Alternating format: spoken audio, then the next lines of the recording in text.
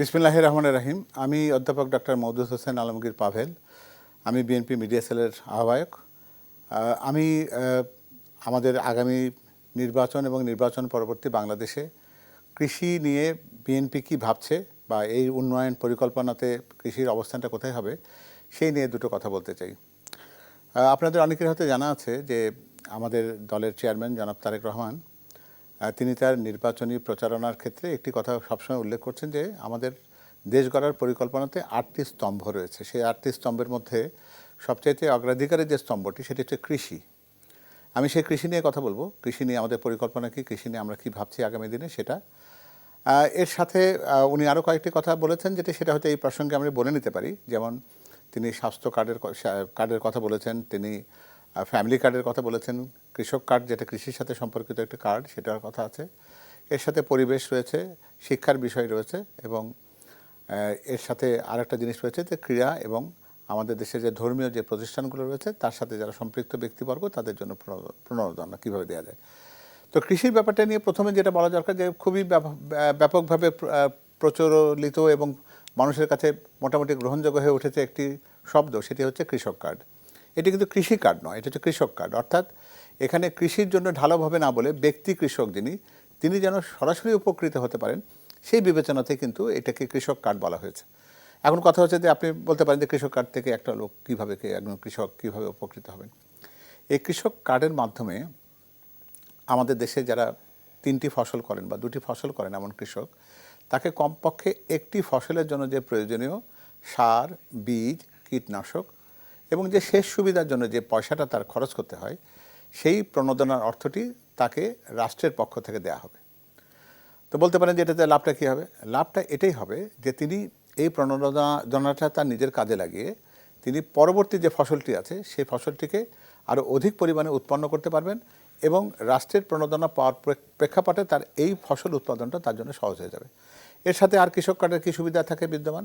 এর সাথে আরও যেগুলো জিনিস এর সাথে সম্পৃক্ত হবে সেটা হচ্ছে কৃষি বিপণনের একটা ব্যাপার আছে। তিনি তো কৃষি পণ্য তৈরি করছেন, কিন্তু এটা কোথায় নিয়ে যাবেন, বিক্রি করবেন কোথায়?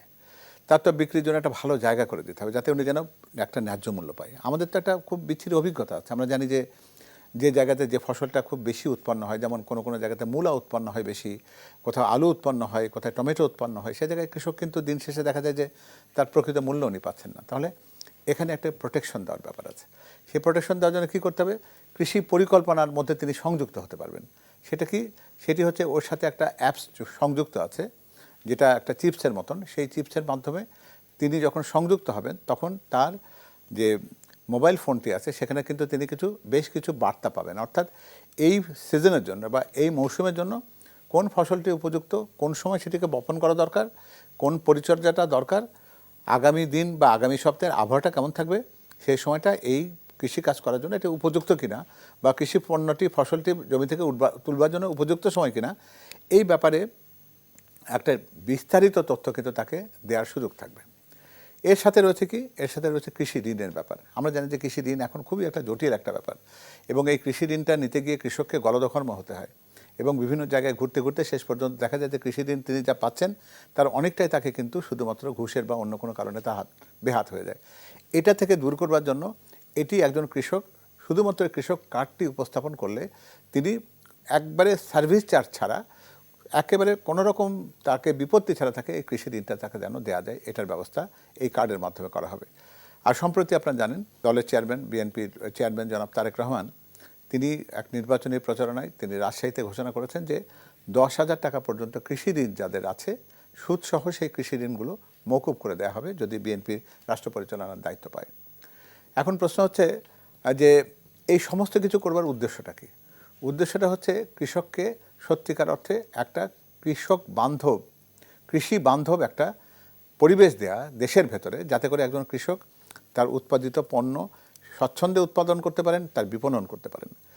এর পাশাপাশি এটা কি শুধুমাত্র কৃষকের জন্য বা যারা শুধুমাত্র ধান বা গম বা ভুট্টা এরকম চাষ করে শুধু তাদের জন্য এটা যাবে? কথা উঠতে পারে যে মৎস্য চাষিরা তারাও তো নিজেদেরকে কৃষক বলেন, যারা খামারি আছেন, যারা ডেয়ারি ফার্ম চালান, যারা মুরগ মুরগি প্রতিপালন করেন, তাদের জন্য কি এই সুবিধাটা থাকবে কিনা? হ্যাঁ, সেটাও থাকবে। সেটা কীরকমভাবে? যে আমরা জানি ফসল হানির একটা ব্যাপার আছে, যে ফসল নষ্ট হতে পারে, খরায় হতে পারে, বন্যায় হতে পারে। ঠিক তেমনি মাছের ক্ষেত্রে দেখেছি আমরা পুকুরে মাছ মরে যায় বা কোনো একটা অসুস্থতার জন্য গবাদি পশু কিংবা মুরগি বা খামারের থেকে মুরগি মরে যায়, সেটার ক্ষেত্রে রাষ্ট্রের পক্ষ থেকে একটা প্রতিবিধান দেওয়ার জন্য একটা কৃষি বিমার ব্যবস্থাপনা থাকবে, যেটা কৃষির ক্ষেত্রে ফসল হানি অথবা সম্পদ হানির ক্ষেত্রে এই বিমাটা তাকে কাভার করবে। তো এই সামগ্রিকতা কিন্তু একটা কৃষির জন্য একটা বিপ্লবের ব্যাপার রয়েছে।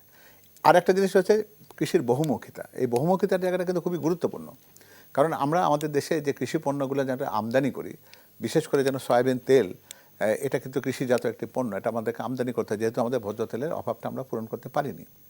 সেই ক্ষেত্রে আমরা প্রাথমিকভাবে যেটা চিন্তা করা হয়েছে যে এই ঘাটতি পূরণের জন্য দুটি জিনিসকে লক্ষ্য নিয়ে কাজ করা হবে। একটা হচ্ছে সরিষা বীজ উৎপন্ন যেন বেশি হয়, যাতে সরিষার তেল আমরা বেশি পরিমাণে উৎপন্ন করতে পারি আমাদের এই যে ভোজ্য তেলের ঘাটতি পূরণ করার জন্য। আর একটা ক্ষেত্র আছে, সেটা হচ্ছে রাইস ব্রান অয়েল তৈরি করা। সেই রাইস ব্রান অয়েলটা কোত্থেকে আসতে পারে? ধানের যে তুষ হয় বা উপজাত থাকে, সেটা থেকে যদি আমরা এই রাইস ব্রান অয়েলটা তৈরি করতে পারি, তাহলে ভোজ্য তেলের প্রায় যে 25 লক্ষ টন বাৎসরিক চাহিদা রয়েছে, তার প্রায় 7 থেকে 8 লক্ষ টন কিন্তু সেখান থেকে পূরণ করা সম্ভব। এটি কিন্তু একটা গুরুত্বপূর্ণ জায়গা। এই দুটো জায়গাতে আমাদের কৃষির ক্ষেত্রে বহুমুখিতার একটা কাজ এখানে করবার পরিকল্পনা রয়েছে। আরেকটা যেটা আছে সেটা হচ্ছে পুরো দেশের বিভিন্ন জায়গাতে কৃষির একটা জরিপ থাকবে। যে এলাকাতে যে ফসলটি ভালো হয় সেখানে তাকে প্রণোদনা দেওয়া হবে। অতিরিক্ত ফসল তৈরি করে যেন বাজারে তার মূল্যহীনতার জায়গাতে তিনি যেন না পৌঁছেন, তিনি যেন ক্ষতিগ্রস্ত না হন, সেটা দেখা হবে। এবার আসি আমরা অত্যন্ত গুরুত্বপূর্ণ জিনিস যেটা কৃষির সাথে জড়িয়ে আছে, সেটা সেচ। আমরা এখন প্রায় প্রতিনিয়ত যেটা দেখছি, আমাদের সেচের মূল নির্ভরতা হচ্ছে অগভীর নলকূপ। এই অগভীর নলকূপ থেকে পানি তুলতে তুলতে যেটা হচ্ছে যে আমাদের পানির স্তরটা ক্রমাগতভাবে নিচে চলে যাচ্ছে। এতে কি হচ্ছে? পরিবেশ মরুভূমির মতন হয়ে যাচ্ছে। আমরা গ্রীষ্মকালে পানি পাচ্ছি না।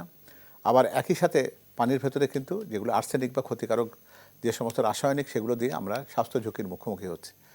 এগুলো তাহলে দূর করব কী করে?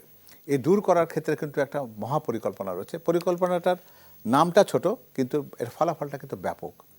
আমরা জানি যে শহীদ রাষ্ট্রপতি জিয়া রহমান কিন্তু দেশব্যাপী একটা খাল খননের একটা কর্মসূচি নিয়েছিলেন। সেটাই কিন্তু বাংলাদেশে কিন্তু বোরো ধানের জন্ম দিয়েছে। আমরা কিন্তু একটা দুর্ভিক্ষ কবলিত দেশ ছিলাম 1975 সাল পর্যন্ত। অথচ আমাদের শহীদ রাষ্ট্রপতি জিয়া রহমান দায়িত্ব নেওয়ার 2 বছরের মধ্যে কিন্তু খাদ্যে স্বয়ংসম্পূর্ণতা অর্জন করেছিলাম আমরা, শুধুমাত্র একটা অতিরিক্ত ফসল সংযুক্ত করার মাধ্যমে। সেটা হচ্ছে বড় মৌসুমের ফসল। সেটাতে যে সেচ সুবিধাটা অত্যাবশ্যক লাগে, সেটার ব্যবস্থা সেই সময় করা হয়েছিল খাল খননের যে কর্মসূচি, সেটার মাধ্যমে এবং অগভীর নলকূপের মাধ্যমে। তবে এই নেটওয়ার্কটা কিন্তু এখন বন্ধ। এখন খাল খননের কার্যক্রমটা বলতে গেলে দেশে কোথাও নেই, এবং আমাদের দেশের বেশিরভাগ খালগুলো যেটা আছে নদীর সাথে সংযুক্ত যেগুলো খাল, এগুলো একদম বন্ধ হয়ে গেছে বলতে গেলে।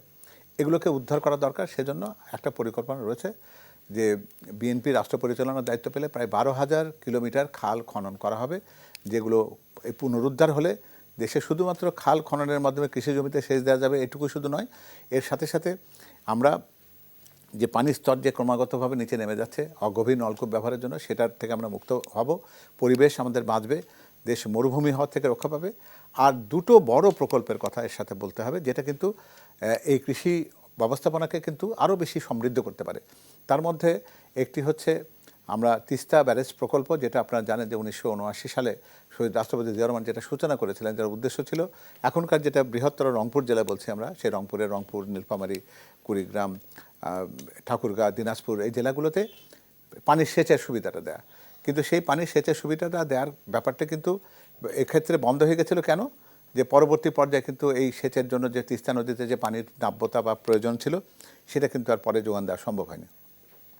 সেজন্য আমরা একটা বহুমুখী তিস্তা প্রকল্পের কথা ভাবি, যেখানে শুধুমাত্র পানির সংরক্ষণ না, এই পানির সংরক্ষণের সাথে সাথে সেচ সুবিধা যেন পরিপূর্ণভাবে রংপুর বিভাগের মধ্যে যেন সম্প্রসারণ করা যায়।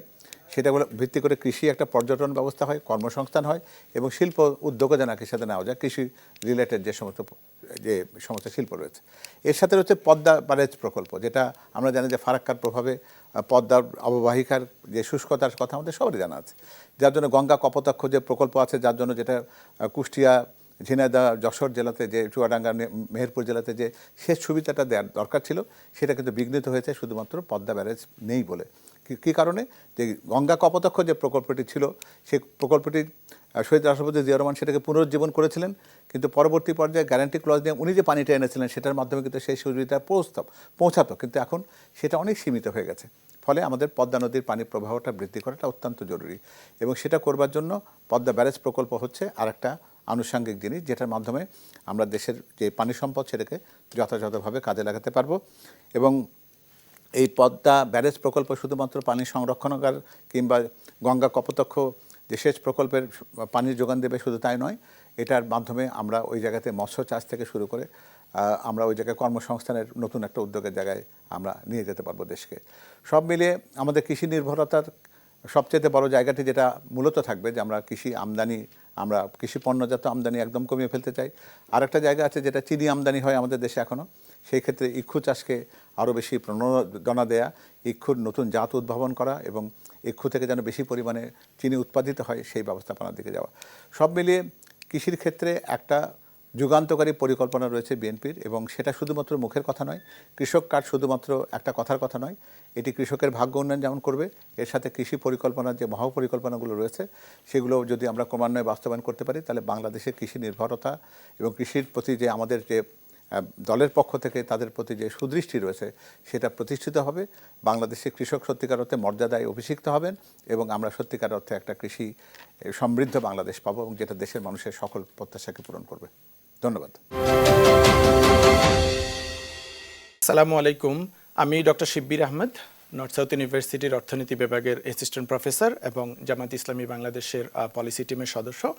আপনারা জানেন জামাত ইসলামী বাংলাদেশ সম্প্রতি একটি পলিসি সামিট করেছে এবং পরবর্তীতে জামাত ইসলামীর ইশতেহার প্রকাশ করেছে। আমরা আজকে কথা বলবো ইশতেহার এবং পলিসি সামিটের বেসিসে জামাত ইসলামীর কৃষিতে কি পলিসি নেওয়া হয়েছে এবং জামাত ইসলামীর পরিকল্পনা কি। দেখেন, আমাদের বাংলাদেশে কৃষিতে আমরা যদিও বলি যে আমরা একটা কৃষি প্রধান দেশ, আমাদের কর্মসংস্থানের 40 থেকে 45% হচ্ছে কৃষিতে। যদিও এটা ধীরে ধীরে কমছে কৃষিতে আমাদের এমপ্লয়মেন্ট, কিন্তু এখন পর্যন্ত কৃষি হচ্ছে একমাত্র সেক্টর যেখানে আমাদের 40 থেকে 45% মানুষরা কাজ করে। কিন্তু আমাদের কৃষকরা একদম শুরু থেকে অবহেলিত। রাজনৈতিকভাবে আমরা যদি বলি আমরা শুধু কৃষকদের ভোট চাই, কিন্তু কৃষকরা কোনো ধরনের নীতি নির্ধারণে থাকে না। কৃষকদের উন্নয়নে আমরা যদি কোনো কিছু করতে চাই, সেটা আসলে সেই খাতগুলো, সেই অতিরিক্ত বাজেটগুলো চলে যায় মধ্যস্বত্বভোগীদের হাতে, সিন্ডিকেটের হাতে, শহুরে এলিটদের কাছে, শহুরে মধ্যবিত্ত বা যারা আমদানি ব্যবসায়ী আছে তাদের স্বার্থে চলে যায়। ইভেন প্রশাসনিক খাতে আমরা সেগুলো ব্যয় করি। এটা আসলে প্রকৃত অর্থে কৃষকের হাতে পৌঁছায় না। সো আমরা যদিও কৃষিতে বাজেট বাড়াই, সেটা আসলে কৃষকরা পায় না। সো কৃষকদের আরেকটা বড় জায়গা হচ্ছে কৃষকরা অবহেলিত হয়, এটা হচ্ছে আমাদের বাজার ব্যবস্থার কাছে। আমাদের যে বাজার ব্যবস্থা, এটা পুরোটাই কৃষকদের বিপক্ষে। কৃষকরা শুধু উৎপাদন করে কিন্তু লাভটা চলে যায় অন্যদের হাতে। আমরা সবসময় জানি, এটা শুনে হয়তো বলবেন যে নির্বাচনের আগে সবাই এ ধরনের কথা বলে, আসলে নির্বাচন চলে গেলে কেউ আর কৃষকদের কথা মনে রাখে না। আমাদের যে বাজার ব্যবস্থা, এখানে কৃষকরা দাম নির্ধারণ করে না, দাম নির্ধারণ করে আড়তদার, সিন্ডিকেট বা কর্পোরেট হাউসগুলো। এখানে আবার সরকারি যে ক্রয় ব্যবস্থা, সেটাও অনেক দেরিতে হয় এবং প্রভাবশালীদের হাত দেওয়া হয়। যেই কৃষকরা হয়তো প্রভাবশালীদের সাথে পলিটিক্যালি কানেক্টেড আছে, তারা সেগুলো সুবিধা পায়, অন্যরা পায় না। আরেকটা বড় এরিয়া হচ্ছে ঋণের ক্ষেত্রে বৈষম্য।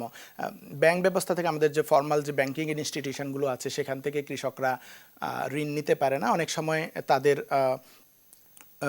এত সব হ্যাসেলের মধ্য দিয়ে তারা যেতে চান না, সেটা একটা কারণ। দ্বিতীয়, নিয়ম কানুনের প্রসেসের মধ্যে হ্যাসেল আছে। দ্বিতীয়ত হচ্ছে যে জামানত দিতে হয় বা আরও প্রসেসের মধ্য দিয়ে যেতে হয়, রাজনৈতিক কানেকশন থাকতে হয়। এ কারণে ব্যাংকিং ব্যবস্থা থেকে ঋণ না পেয়ে শেষ পর্যন্ত তারা যায় হচ্ছে এনজিওদের কাছে, মহাজনদের কাছে, যেখান থেকে উচ্চ হারে ইভেন 30-40% সুদ দিয়ে তাদেরকে ঋণ নিতে হয়। অথবা যেটা হয় যে কৃষকদের একটা বড় বিনিয়োগ করতে হয় একদম শুরুতে, যখন বপন হয় মৌসুমের শুরুতে। এই বপন করতে গিয়ে তারা তখন এই উচ্চ সুদের ঋণ নেয়, অথবা এই যে মধ্যস্বত্বভোগী ব্যবসায়ী যারা আছে তাদের কাছ থেকে ঋণ নিয়ে বা কর্পোরেটদের কাছ থেকে ঋণ নিয়ে চাষবাস করতে হয়, যেটা শর্ত থাকে যে একটা নির্দিষ্ট মূল্যে পরবর্তীতে ফসল তোলা হলে তাদেরকে সাপ্লাই দেওয়া হবে। তো এতে করে কৃষক আসলে তার যে নির্ধারিত মূল্য, যেইটুকু তার ন্যায্য মূল্য পাওয়ার কথা, সেটা পায় না। আর এছাড়া যদি কোনো ধরনের প্রাকৃতিক দুর্যোগ হয়, এই পুরো ঝুঁকিটা কৃষককে নিতে হয়। তো এখানে কৃষিতে ব্যবস্থাটা হয়ে গেছে এরকম যে একটা বড় অনিশ্চয়তা তৈরি হয়ে গেছে যে এবছর হয়তো আমি ভালো করব, একটু আয় হবে, লাভ হবে, পরের বছর হয়তো আবার সব শেষ হয়ে যাবে।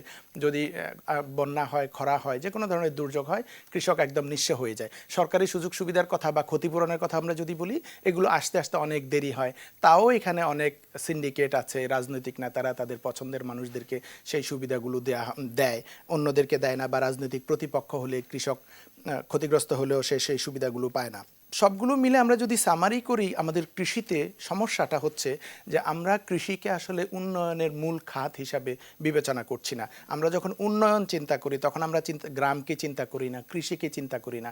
আমরা চিন্তা করি অট্টালিকাকে, শহরকে, আমরা চিন্তা করি ওভারব্রিজকে, পদ্মা ব্রিজকে। উন্নয়নের কেন্দ্রে আমাদের কৃষকরা নেই। এ কারণে তরুণ যারা আছে, তরুণরা কৃষি থেকে ধীরে ধীরে সরে যাচ্ছে। আর আমাদের কৃষিতে ইভেন কোনো বৈচিত্র্য নেই। আমরা কৃষি বলতে হয়তো মেইনলি বুঝি ধান। কৃষিতে যে আরও নানান বৈচিত্র্য দরকার, গবেষণা দরকার, প্রযুক্তিগত উন্নয়ন দরকার, সেগুলো আমাদের এখানে নাই। কৃষির এক্সটেনশনগুলো আমাদের দুর্বল। কৃষি যেহেতু পিছিয়ে আছে, সো আমাদের একই সাথে আসলে কৃষকও পিছিয়ে আছে। তো কৃষক আর কৃষি দুইটা যদি পিছিয়ে যায়, তাহলে আসলে আমরা যতই বলি যে আমরা একটা খাদ্যে স্বয়ংসম্পূর্ণ দেশ করতে চাই, কিন্তু আমরা সত্যিকার অর্থে এটা বলি না যে আমাদের কৃষকরা স্বয়ংসম্পূর্ণ হচ্ছে কিনা। কৃষকরা যদি স্বয়ংসম্পূর্ণ না হয়, তাহলে আমাদের কৃষি বা খাদ্যে আমরা স্বয়ংসম্পূর্ণ হবে না। কৃষক কষ্ট করে ফসল ফলাবে আর এটার লাভটা চলে যাবে আরেকজনের হাতে। গত 2 দশক থেকে যদি আমরা চিন্তা করি, দেখবেন যে ধানের দাম ধীরে ধীরে কমতেছে, কিন্তু অন্য অন্য যে উপকরণগুলো সেগুলোর দাম বাড়তেছে। আমরা কৃষির জন্য যেসব উপকরণ আছে সেগুলো, এমনকি শ্রমের দামও বেড়েছে। তো আপনি শ্রমের দাম বাড়বে, উপকরণের দাম বাড়বে, কৃষিতে আমি বিনিয়োগ করব কিন্তু লাভ হবে, আমার ধানের দাম কম, সো আমি লাভ হচ্ছে না। সো ধীরে ধীরে মানুষ কৃষি আসলে ছাড়ছে। আজকাল গ্রামগঞ্জে গেলে দেখা যাচ্ছে মানুষ কৃষি জমি কমে যাচ্ছে, বাড়ি করছে বা গাছ লাগিয়ে ফেলছে, কারণ কৃষি থেকে তো আয় নাই, সে কৃষি কেন করবে? তো এইগুলো এখন কৃষি যদি এভাবে কমতে থাকে, কৃষকরা যদি কৃষি ছাড়তে থাকে, তাহলে কি হবে? কৃষকরা ছাড়ে কেন? আমি এতক্ষণ বললাম যে কৃষকরা ছাড়ছে কেন, কারণ তাদের এখানে একটা অনিশ্চিত আয় আছে। এক বছর আয় হয়তো আরেক বছর হয় না। উৎপাদন খরচ অনেক বাড়ছে, যেটাতে তারা ফসল থেকে সে আয়টা করতে পারে না এবং ঝুঁকিটা তাদের কাছে থাকে। কৃষকরা যদি কৃষি ছাড়তে থাকে, তাহলে আমাদের প্রধান যে ইস্যু, আমরা সবাই কনসার্ন এটার ব্যাপারে, যে আমাদের খাদ্য নিরাপত্তা বিঘ্নিত হবে। আমরা এটার ব্যাপারে সবাই কনসার্ন যে আমাদের কৃষকরা, আমাদের খাদ্য নিরাপত্তা দরকার, কিন্তু আমাদের এই খাদ্য নিরাপত্তার জন্য যেই কৃষকরা সকাল থেকে সন্ধ্যা মাথার ঘাম পায়ে ফেলে আমাদের মুখে খাবার তুলে দিচ্ছে, সে ব্যাপারে কিন্তু আমাদের কোনো কনসার্ন নাই। যে এই কৃষকরা বাঁচলেই তো আমার কৃষি বাঁচবে, কৃষি বাঁচলেই আমার খাদ্যে স্বয়ংসম্পূর্ণতা আসবে। আর যদি কৃষকরা কৃষি ছেড়ে দেয়, তাহলে খাদ্যের জন্য আমাদের আমদানি নির্ভরতা বাড়াতে হবে। আমদানি নির্ভরতা বাড়লে কি হয় আমরা তো দেখেছি, যে আমাদের পার্শ্ববর্তী দেশ যদি আমাদেরকে পেঁয়াজ দেওয়া বন্ধ করে দেয়, তাহলে আমরা দেখা যাচ্ছে যে পেঁয়াজ ছাড়া রান্না করার খাবার সাজেশন পাই। তো এ ধরনের ইস্যুস থাকবে, আমাদের পুষ্টির ঘাটতি হবে। তো এই জিনিসটা আমাদের জন্য নিশ্চিত করা যে আমাদের কৃষকরা যদি বাঁচে, তাহলে আমাদের কৃষি বাঁচবে এবং আমরা খাদ্য নিরাপত্তা পাবো, আমাদের পুষ্টির নিরাপত্তা পাবো, আমাদের পরের প্রজন্ম পুষ্টির নিরাপত্তা পাবে। খাদ্য নিরাপত্তা মানে শুধুমাত্র পেট ভরানো না। খাদ্য নিরাপত্তা মানে হচ্ছে আমার জন্য যে সুষম খাদ্য দরকার, আমার পরিপূর্ণ পুষ্টি এনশিওর করার জন্য, সেটা নিশ্চিত করতে হবে। আমি যদি এখন জামাত ইসলামীর দৃষ্টিভঙ্গিটা বলি, জামাত ইসলামীর দৃষ্টিভঙ্গি হচ্ছে যে আমাদের কৃষকদেরকে মুক্ত করতে হবে। কৃষকরা এক ধরনের জিম্মি হয়ে আছে কাদের কাছে? আমাদের এই আড়তদার, সিন্ডিকেট, যারা বাজার নিয়ন্ত্রণ করে, যারা হচ্ছে দাম নিয়ন্ত্রণ করে। কৃষকরা কৃষি উৎপাদন করে, কিন্তু দাম নিয়ন্ত্রণটা তাদের হাতে নেয়, দাম নিয়ন্ত্রণ ঠিক করে দেয় আরেকজন। এই যে এইখানে তারা জিম্মি। আবার তারা কোথায় জিম্মি? তারা ঋণের কাছে জিম্মি। যে সিজনের শুরুতে সে যখন ধান ফলাবে, তখন তাকে মহাজন বা এনজিও অথবা কর্পোরেটের কাছে তাকে জিম্মি হয়ে থাকতে হবে। তো আমাদের এই কৃষকদেরকে মুক্ত করার জন্য, এই জিম্মি অবস্থা থেকে মুক্ত করার জন্য জামাত ইসলামী চিন্তা করেছে যে কৃষকদের জন্য, ক্ষুদ্র এবং মাঝারি কৃষকদের জন্য সিজনের শুরুতে যখন তাদের হাতে টাকা থাকে না কিন্তু বিনিয়োগ করতে হয়, সে সময় আমরা সুদমুক্ত ঋণ দেব কৃষকদেরকে। এটা একটা বড় বৈপ্লবিক ব্যাপার হবে, যে মহাজনদের যে 30-40% ঋণ, এটার হাত থেকে তারা যেমন মুক্তি পাবে, তেমনি কর্পোরেটগুলো যারা বলে যে আমরা টাকা দিচ্ছি, তুমি ফসল ফলাও, তারপরে ফসলটা আমাদের কাছেই বিক্রি করবা, সে যে কোথায় বিক্রি করবে এই স্বাধীনতা তার থাকছে না। কি উৎপাদন করবে এই স্বাধীনতা তার থাকছে না, এ থেকে সে মুক্তি হবে। সো কি উৎপাদন করবে, কতটুকু উৎপাদন করবে, কোথায় বিক্রি করবে, কত দামে বিক্রি করবে, এই স্বাধীনতাটা আমরা আমাদের কৃষকদেরকে দিতে চাই এই ঋণের মাধ্যমে। কৃষক ঋণ নিবে, উৎপাদন করবে, বিক্রি করে তারপরে সেই সুদমুক্ত ঋণ পরিশোধ করবে। দ্বিতীয় যে গুরুত্বপূর্ণ বিষয়টা সেটা হচ্ছে যে উৎপাদনের খরচ। আমি আগেই বলেছি যে উৎপাদনের খরচ আমাদের দিন দিন বাড়ছে। এই জায়গাটায় আমরা ইন্টারভেন করতে চাই যে আমাদের একটা সমন্বিত একটা প্রকল্প, পরিকল্পিত প্যাকেজ নিয়ে আসা। আমাদের পানি, বীজ এবং সার, এই জায়গাটাতে বীজ এবং সারের ক্ষেত্রে আমাদের এখন বর্তমানে যে ধরনের ভর্তুকিগুলো আছে সেই ভর্তুকিগুলো চালু রাখা এবং প্রয়োজনে এটা রিভাইজ করে কন্টিনিউ করা।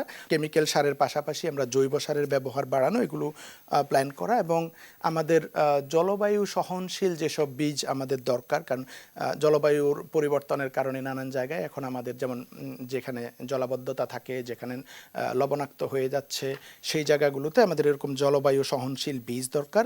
আর সবচেয়ে বড় যেটা দরকার যে আমাদের কৃষকরা যাতে সঠিক সময়ে সঠিক পরিমাণে সার, বীজ এবং কীটনাশক তাদের হাতে পায়। অ্যাট দ্য সেম টাইম আমাদের যোগোপযোগী যেসব কৃষি প্রযুক্তিগুলো আছে সেগুলো আমাদের অ্যাডাপ্ট করতে হবে। কিন্তু কৃষি প্রযুক্তি মানে বড় বড় মেশিন না। প্রযুক্তি মানে হচ্ছে প্রযুক্তি, আমি এমন সব প্রযুক্তি আনবো যেটা আমার সাথে সামঞ্জস্যপূর্ণ। আমাদের যে ছোট ছোট প্লটের কৃষি সেটার সাথে সামঞ্জস্যপূর্ণ। বড় বড় মেশিন আনাই শুধু প্রযুক্তি না। আমাদের প্রযুক্তি মানে হচ্ছে আমি যেন খরচ কমবে এবং আমার উৎপাদনশীলতা বাড়বে, এটা আমাদের এনশিওর করা। ফসলের ক্ষেত্রে আমাদের এই জায়গাটায় আমরা যেমন এখন শুধু ধান বা কোনো কোনো জায়গায় ভুট্টা, এই ধরনের একটা জায়গাতেই আমরা সীমাবদ্ধ থাকি। এই জায়গাটায় আমাদের বৈচিত্র্য দরকার। এটা শুধু খাদ্যে স্বয়ংসম্পূর্ণতার জন্য না, আমাদের পুষ্টির জন্য। আর বৈচিত্র্য থাকলে যেটা হয়, কৃষকদের একটু ঝুঁকিটা কমে। এইটা আমরা এনশিওর করব আমাদের ফসলের বৈচিত্র্যের মাধ্যমে। এবং আমরা যেটা প্ল্যান করেছি যে এক্সপোর্ট বাড়ানোর মাধ্যমে আমরা যে রপ্তানিমুখী কৃষি করার জন্য দেশি বিদেশি বিনিয়োগকে অ্যাট্রাক্ট করা এবং যেই এলাকায় যে ধরনের কৃষিজ পণ্য হয় সেই এলাকায় সে ধরনের একটা এগ্রিকালচারাল জোন করা, সেটা আমরা ইনশিওর করব। বাজার ব্যবস্থাপনা আমি যেটা বলেছিলাম যে যেখানে আড়তদার বা অন্যান্যরা কন্ট্রোল করে, এটার আরেকটা বড় প্রবলেম হচ্ছে যে হাটে এবং আড়তে চাঁদাবাজি হয়, সিন্ডিকেট হয়। জামাত ইসলামী বলছে যে কোনো ধরনের চাঁদাবাজির বিরুদ্ধে জিরো টলারেন্স, সেটা হাটে হোক, আড়তে হোক, ট্রান্সপোর্টে হোক, পরিবহনে হোক, যে কোনো জায়গায় এই চাঁদাবাজি আমরা বন্ধ করব। চাঁদাবাজি বন্ধ করলে কৃষকরাও যেমন উপকৃত হবে, একই সাথে ভোক্তারাও উপকৃত হবে দ্রব্যমূল্য নিয়ন্ত্রণে থাকার মাধ্যমে। এর বাইরে কৃষকদের উৎপাদনের পর কৃষকদের উচিত মূল্য, ন্যায্য মূল্য পাওয়ার জন্য আরও যেটা ইম্পর্টেন্ট যে সংরক্ষণাগারগুলো, যে ধরনের পণ্যের জন্য, যে ধরনের ফসলের জন্য যে ধরনের সংরক্ষণাগার দরকার, হিমাগার হোক বা জেনারেল সংরক্ষণাগার হোক, সেগুলো বাড়ানো এবং কানেক্টিভিটি বাড়ানো। কানেক্টিভিটিতে জামাত ইসলামী একটা বড় বাজেট প্ল্যান করেছে যে একদম টেকনাফ থেকে তেঁতুলিয়া, রূপসা থেকে পাথুরিয়া, যুক্তরাষ্ট্রের ইন্টারস্টেট কানেক্টিভিটির মতো সারা দেশে কানেক্টিভিটি করা, যাতে কৃষকরা সরাসরি বাজারে অ্যাক্সেস পায়। এটা একটা গুরুত্বপূর্ণ জিনিস। আর এটা যেটা হচ্ছে জলবায়ু পরিবর্তনের কারণে, যে কোনো ধরনের প্রাকৃতিক দুর্যোগের কারণে যে ঝুঁকিটা এখন এককভাবে কৃষককে নিতে হয়। শুধুমাত্র বন্যা হয়ে গেলে বা ফসল নষ্ট হলে সরকার থেকে একটা ক্ষতিপূরণ দেয়, তাও অনেক দেরিতে এবং কৃষকদের হাতে, সবার হাতে পৌঁছায় না যথোপযুক্তভাবে। আমরা এখানে ক্রপ ইন্স্যুরেন্স চালু করতে চাই, ফসল বীমা, যাতে করে রিস্কটা কিছুটা শেয়ার হয় এবং কৃষককে একদম মানে রাস্তায় পড়ে যেতে না হয় যে কোনো ধরনের প্রাকৃতিক দুর্যোগের পর। কৃষিতে ইম্পর্টেন্টলি আরও যেটা দরকার আমাদের কৃষিতে পর্যাপ্ত পরিমাণ গবেষণা এবং শিক্ষায় তথ্য প্রযুক্তির ব্যবহার করা দরকার।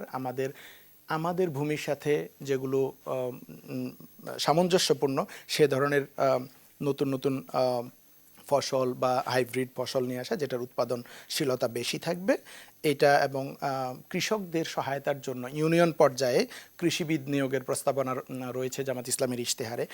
কৃষি বাঁচলে আমাদের কৃষকরা বাঁচবে, দেশ বাঁচবে, আমাদের খাদ্যের নিরাপত্তা আসবে, আমাদের পরবর্তী প্রজন্ম বাঁচবে। সো কৃষিকে আমাদের বাঁচাতে হবে এবং কৃষককে বাঁচাতে হবে সম্মানের সাথে।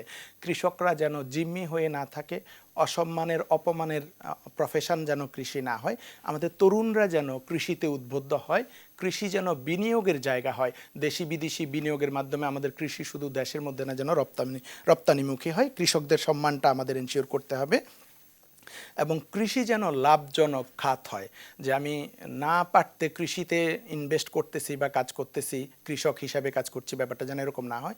কৃষি যেন অন্যান্য খাতগুলোর মতো একটা লাভজনক খাত হয়, এবং এটা যদি লাভজনক খাত হয়, আমাদের যে বেকারত্ব সেটা আমরা কিছুটা এখান থেকে ফিল আপ করতে পারবো, বেকারত্ব কমাতে পারবো, কারণ কৃষিতে কর্মসংস্থান বাড়ার সুযোগ আছে যদি আমরা এটাকে লাভজনক খাতে নিতে পারি।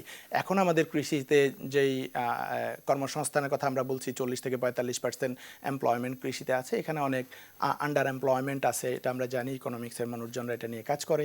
কিন্তু আমরা যদি এটাকে লাভজনক খাত করতে পারি, এই আন্ডার এমপ্লয়মেন্টও কমবে, একই সাথে আমরা এখানে নতুন কর্মসংস্থানও করতে পারবো, আমাদের খাদ্য নিরাপত্তা হবে। আমরা চাই আমাদের বাজারগুলো হোক সিন্ডিকেট মুক্ত, চাঁদাবাজি মুক্ত, কৃষকরা তাদের ন্যায্য মূল্য বুঝে পাক, এবং কৃষকরা যদি ন্যায্য মূল্য বুঝে পায়, তারা যদি কৃষিতে উৎসাহী হয়, আমরা খাদ্যে স্বয়ংসম্পূর্ণ হব, এবং বাজারে, আড়তে, পরিবহনে চাঁদাবাজি যদি বন্ধ হয়, তাহলে শুধু কৃষকরা না, ভোক্তারাও উপকৃত হবে, এবং ভোক্তারাও যে শোষণের শিকার হয় এই সিন্ডিকেটের হাতে, সেই শোষণ থেকে ভোক্তারাও মুক্তি পাবে আমাদের কৃষিও। ধন্যবাদ সবাইকে এতক্ষণ ধরে আমার কথা শোনার জন্য। আসসালামু আলাইকুম। আসসালামু আলাইকুম। আমি ইশতিয়াক আকিব। আমি জাতীয় নাগরিক পার্টি এনসিপির ইশতেহার প্রণয়ন বিষয়ক কমিটির সেক্রেটারি। আমরা জাতীয় নাগরিক পার্টির পক্ষ থেকে তারুণ্য ও মর্যাদার ইশতেহার ঘোষণা করেছি গত 30শে জানুয়ারি। এই ইশতেহারে আমরা আমাদের স্বপ্নের নতুন বাংলাদেশকে যেভাবে দেখতে চাই তার একটি পরিকল্পনা আপনাদের সামনে হাজির করেছি।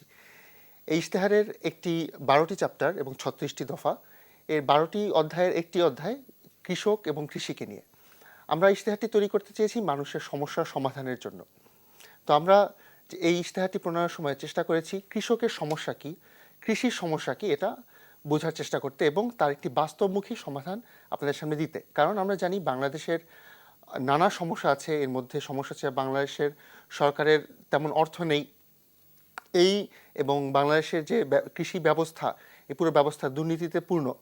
এই সীমাবদ্ধতাগুলোকে মাথায় রেখে আমরা চেয়েছি কৃষক এবং কৃষির জন্য একটি বাস্তবমুখী সমাধান আপনাদের সামনে হাজির করতে। তো প্রথমেই আমরা কৃষক নিয়ে কথা বলি। কৃষকের বর্তমানে বাংলাদেশের কি কি সমস্যা তারা ফেস করেন। যেমন প্রথম সমস্যা, বাংলাদেশ সরকার কিন্তু হাজার হাজার কোটি টাকা কৃষকের জন্য ভর্তুকি দেন। সেই ভর্তুকি যায় কৃষকের সার, কৃষকের বীজ, কৃষকের সেচ যন্ত্র, এসব বিষয়ে। কিন্তু সেই ভর্তুকির টাকা কৃষকের হাতে পৌঁছায়? বেশিরভাগ সময় যেটা হয়, এই ভর্তুকির টাকাটা চলে যায় মধ্যস্বত্বভোগীর পকেটে। মাঝখানে যে ডিলার, সে হচ্ছে সরকারের কাছ থেকে ভর্তুকি মূল্যে কৃষি পণ্য ক্রয় করে, কিন্তু কৃষকের কাছে সেটি ন্যায্য মূল্যে না পৌঁছে হয় সেইটা পাচার করে দেয় ভারতে। ফলে বাংলাদেশ সরকারের ভর্তুকির টাকায় সুবিধা পায় ভারতের কৃষক, আর বাংলাদেশের কৃষক কি পায়? সেই ভর্তুকির টাকাটা তার হাতে পৌঁছায় না। ডিলার হচ্ছে মজুত করে কৃত্রিমভাবে দাম বাড়ায়, সংকট তৈরি করে। এইভাবে বাংলাদেশের কৃষক তার ন্যায্য যে অধিকার, তা থেকে বঞ্চিত হচ্ছে। এজন্য আমরা বলেছি এই যে ভর্তুকির ব্যবস্থা, এটা আমরা সরাসরি ভর্তুকির টাকাটা কৃষকের হাতে তুলে দিতে চাই। এজন্য আমরা বলেছি নতুন কোনো কার্ড না, বাংলাদেশের প্রতিটি মানুষের হাতে যে এনআইডি কার্ড আছে, স্মার্ট এনআইডি কার্ড, সেই এনআইডি কার্ড ব্যবহার করে কৃষক সরাসরি তার ভর্তুকির টাকাটা ক্যাশব্যাক হিসেবে পাবে। তো সরকার ডিলারকে কোনো ভর্তুকি দিবে না। ডিলার হচ্ছে ন্যায্য দামে, যেটা মার্কেট প্রাইস, সেই দামে হচ্ছে পণ্য বিক্রি করবে, কৃষক সেই দামেই পণ্য কিনবে। কিন্তু এই পণ্য কেনার সময় কৃষক তার এনআইডি কার্ড ব্যবহার করে, যেটা হচ্ছে রেজিস্টার্ড থাকবে তার কৃষক হিসেবে, সেই এনআইডি কার্ড ব্যবহার করে যখন পণ্যটি কিনবে, সে সরাসরি তার মোবাইল ব্যাংকিং বা ট্র্যাডিশনাল ব্যাংকিং সার্ভিসে তার ক্যাশব্যাকটি পেয়ে যাবে। ফলে মধ্যস্বত্বভোগীর যে শোষণ, সেটি বন্ধ হবে। এটি হচ্ছে কৃষকের প্রতি সরকারের যে ভর্তুকি, তার বিষয়। আবার একই সমস্যা কিন্তু উল্টা দিকেও। কৃষক যখন তার পণ্য বাজারে বিক্রি করতে নিয়ে আসে, মধ্যস্বত্বভোগীর এই কারণে এই পণ্য দেখা যায় কৃষককে খুবই কম দামে বিক্রি করতে হয়, এবং অনেক সময় দেখা যায় কৃষকের যে খরচ, সেই খরচটা ওঠে না। আমরা প্রতিবার ফসল মৌসুমে কৃষকের মাঠ ভরা ফসল দেখি, কিন্তু সেই মাঠ ভরা ফসলের সুফল কৃষকের হাতে পৌঁছে না, কারণ মধ্যস্বত্বভোগীরা কৃষককে সেখানে শোষণের মাধ্যমে কম দামে বিক্রি করে। আবার সেই একই পণ্য তারা যখন ঢাকায় নিয়ে আসে, তারা যখন চট্টগ্রামে নিয়ে যায়, তখন এইখানে সাধারণ মানুষদের কাছে আবার উচ্চ মূল্যে বিক্রি হয়। এই মধ্যস্বত্বভোগীর দৌরাত্ম্য দূর করতে আমরা প্রস্তাব করেছি ক্রপ সেল সেন্টারের কথা, যেখানে কৃষক সরাসরি কৃষকের কাছ থেকে পণ্য সরকার ক্রয় করে নিবে। সেটা হচ্ছে সরকার যদি সেটা স্টোরেজে রাখতে চায়, তার জন্য আমরা মাল্টিপারপাস স্টোরেজের কথা বলেছি। যেমন বর্তমানে বাংলাদেশে অনেক স্টোরেজ আপনার ইউনিট, যেটা গুদাম, সেগুলোতে শুধুমাত্র একটি পণ্য স্টোর করা যায়। দেখা যায় যেটা আলুর স্টোরেজ, সেখানে হচ্ছে পেঁয়াজ রাখা যায় না। আমরা বলেছি বাংলাদেশে বেশি করে মাল্টিপারপাস স্টোরেজ তৈরি করা হবে, যাতে কৃষকের এই পণ্য নষ্ট না হয় এবং ক্রপ সেল সেন্টারের মাধ্যমে সরাসরি কৃষকের কাছ থেকে সরকার কিনতে পারে এবং সেই পণ্য যেন সরাসরি চলে যায় ভোক্তার কাছে। ফলে কৃষকের এই যে শোষণ মধ্যস্বত্বভোগীর হাতে, সেটি বন্ধ হবে। এরপর আমরা আরও বলেছি কৃষকের আরেকটি বড় ক্ষতির কৃষি ব্যবস্থায় কৃষকের আরেকটি লোকসানের বড় কারণ হচ্ছে আবহাওয়া সংক্রান্ত কারণে বিভিন্ন ফসলের ফলন এবং অন্যান্য বিষয়ক সমস্যা। এটার জন্য আমরা বলেছি আবহাওয়া সূচক ভিত্তিক কৃষি বীমা চালু করা হবে। এর ফলে কৃষক যদি এই বীমার অধীনে থাকে এবং কৃষকের বীমা দেওয়া হবে স্বল্প সুদে, সহজ শর্তে, সেই বীমার অধীনে থাকলে তখন কৃষকের যদি আবহাওয়াজনিত কারণে কৃষকের ফসল নষ্ট হয়, তাহলে সেই ক্ষতির পরিমাণটা কমবে। এবং এটার জন্য আমরা প্রস্তাব করেছি পাবলিক প্রাইভেট পার্টনারশিপের কথা, যাতে হচ্ছে এখানে কৃষকের যে এই বীমার জন্য যে প্রিমিয়াম, তার পরিমাণটা যেন স্বল্প হয়। এছাড়া আমরা আরও বলেছি যে বর্তমানে কৃষকের কাছ থেকে পণ্য ঢাকা আসার জন্য দেখা যায় যে আমাদের আসার যে এই ট্রান্সপোর্টেশন রুট অল্প কিছু। আমরা এখানে বলেছি আমরা ট্রেন ব্যবস্থাতে গুরুত্ব দিতে চাই, কারণ ট্রেনের হচ্ছে খরচ কম এবং এটা হচ্ছে মোর রিলায়েবল। তো আমরা বলেছি যে এই যে ট্রান্সপোর্টেশন হাব, এটা হচ্ছে আমরা মাল্টি পারপাস করতে চাই। এখানে যথাসম্ভব আমরা অনলাইন প্রযুক্তি এবং যথাসম্ভব ট্রেসব্যাকের ব্যবস্থা রাখতে চাই, যাতে এখানে মধ্যস্বত্বভোগীদের কৃষকের শোষণটা বন্ধ হয়। এরপরে আমরা আরও এটা গেল কৃষক সরাসরি। এরপরে আরও আছে যে কৃষকের কৃষি ব্যবস্থার অন্যান্য যেসব সমস্যা, যেমন একটি বড় সমস্যা হচ্ছে বাংলাদেশের কৃষি জমি। এখন দেখা যায় কৃষি জমির একটা অংশ চলে যাচ্ছে আপনার আবাসন তৈরিতে, কৃষি জমির একটা অংশ চলে যাচ্ছে নতুন শিল্প কারখানা তৈরিতে। আমরা এক্ষেত্রে কঠোর ব্যবস্থা নিব। আমরা বলেছি যে কৃষি জমি যেন অন্য কোনো কাজে ব্যবহার না হয়, কারণ আমাদের ক্রমবর্ধমান জনসংখ্যার সাথে সাথে কৃষি জমির পরিমাণ কমছে। সুতরাং কৃষি জমির যথাযথ ব্যবহার না হলে এত বড় পপুলেশনের একটি দেশে আমরা কিন্তু সংকটে পড়ে যাব। এজন্য কৃষি ভূমির সংরক্ষণ আমাদের একটি অন্যতম অগ্রাধিকার। এছাড়া এজন্য এমনকি কৃষি জমিতে অনেক জায়গাতে আমরা দেখেছি যে বড় সোলার প্যানেল বসানোর একটা চেষ্টা চলছে। এটা ক্ষেত্রে আমরা সতর্কতা অবলম্বন করতে বলছি। আমরা বলছি কৃষি জমিতে এ ধরনের কোনো প্রজেক্ট বসানো যাবে না।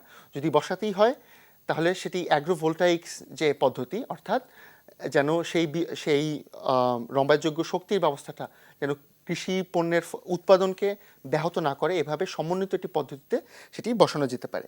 এছাড়া কৃষি জমি সংরক্ষণের জন্য আমরা আরও বলেছি আধুনিক প্রযুক্তির ব্যবহারের কথা। যেমন এখানে যুক্ত হতে পারে স্যাটেলাইট ইমেজিং, যাতে হচ্ছে মহাকাশ থেকে দেখা যাবে যে কৃষি জমির সঠিক ব্যবহার হচ্ছে কিনা।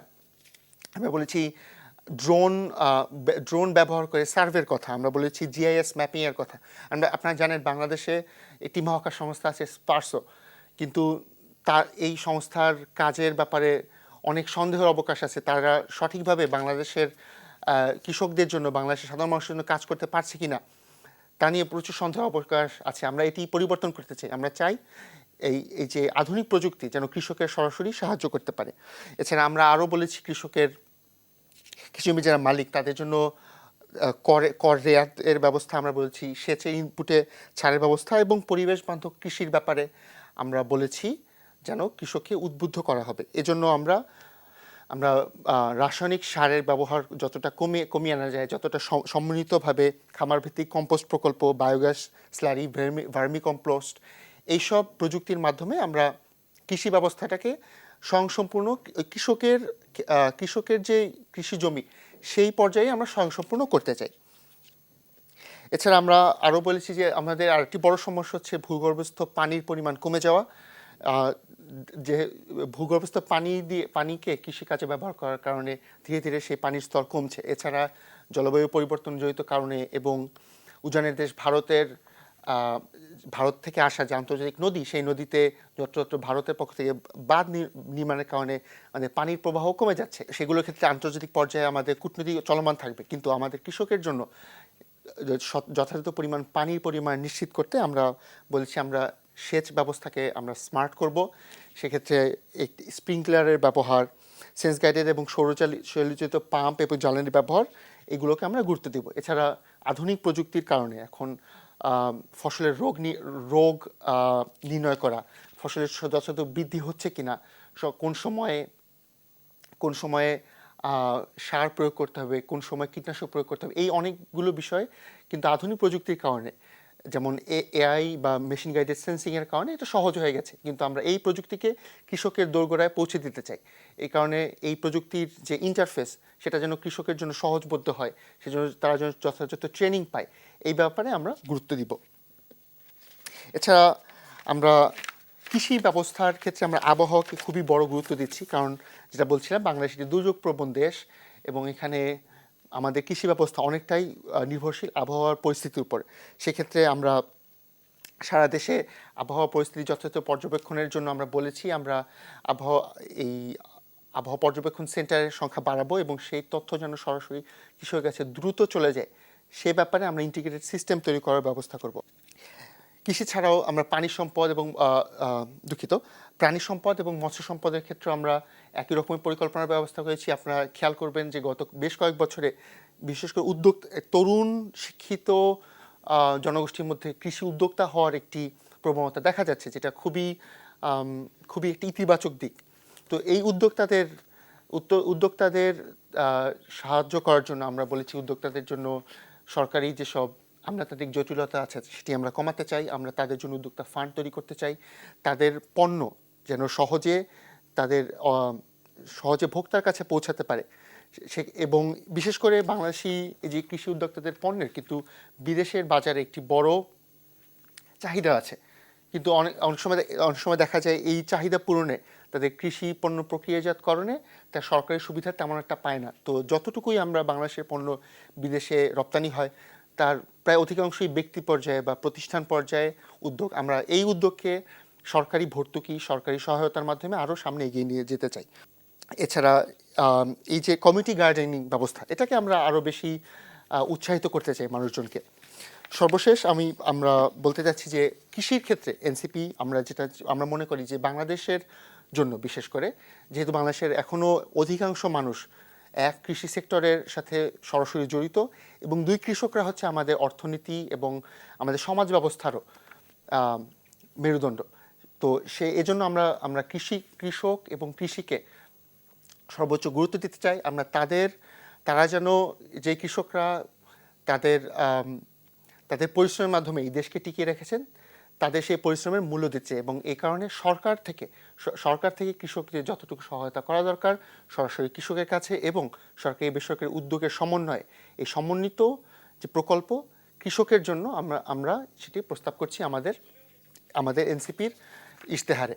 তো যদি আপনারা এনসিপির এমপিদের নির্বাচিত করেন, এনসিপি যে 11 দলীয় জোটের অংশ, তারা যদি ক্ষমতায় আসতে পারে, আমরা কথা দিচ্ছি এনসিপি আপনাদের জন্য কাজ করে যাবে এবং আমাদের যে বিস্তারিত প্রকল্প আমরা তুলে ধরেছি, সেই বিস্তারিত প্রকল্প বাস্তবায়নে কৃষকের জন্য আমরা কাজ করে যাব। ধন্যবাদ।